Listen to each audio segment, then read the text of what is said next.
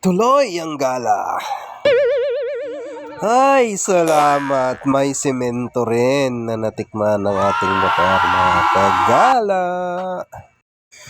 Ayan mga kagala, tignan nyo ang tanawin. Napakaganda ng tanawin dyan. What's up mga kagala? Ayan mga kagala. Sayang mga mangga dito. Naulog lang. Tingnan nyo ang paligid. Green leafy grass, sabi nga nila. Napakaganda dyan mga kagala kapag maganda rin ang kalsada.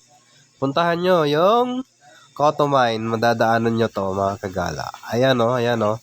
Tignan nyo naman. Wala kang masyadong kasalubong dyan. Ay, salamat.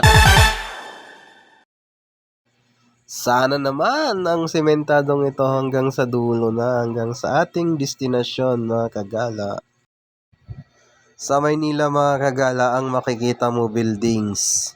Dito naman puro punong kahoy at mga grass ang makikita mo pag pumunta ka dito sa Zambales mga kagala. Ayan o. Tignan nyo naman. Samantalahin natin ang pagkakataon. Ito na naman tayo mga kagala. Okay na naman ang kalsada.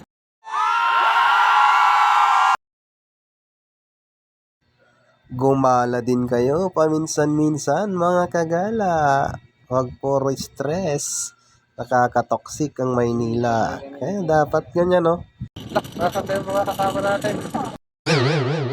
I-rides mo na yan pag toxic ang paligid mo para kahit papaano mabawasan man lang.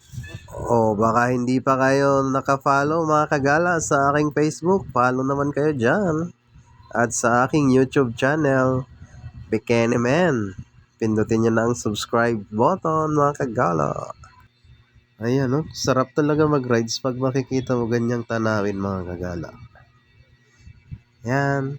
Puntahan nyo na ang Cotomine kung gusto nyo makita ang ganyang kagandang tanawin ng Zambales.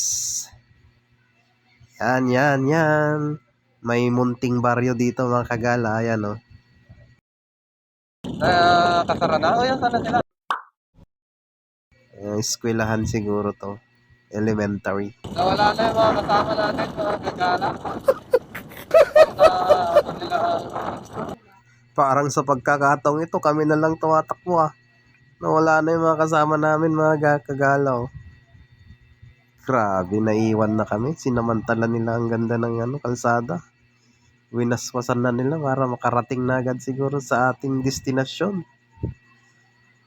Ang ganda talaga ng dito, tanawin mga kagalaw. Haba na ng tinakbo natin kaso wala pa yung Cotomine mga kagala. Ay nako, baka mamaya rough road na naman ang daanan natin. Mga kasama natin talagang wala na. Nawawala na ata si Gala nito mga kagalaw.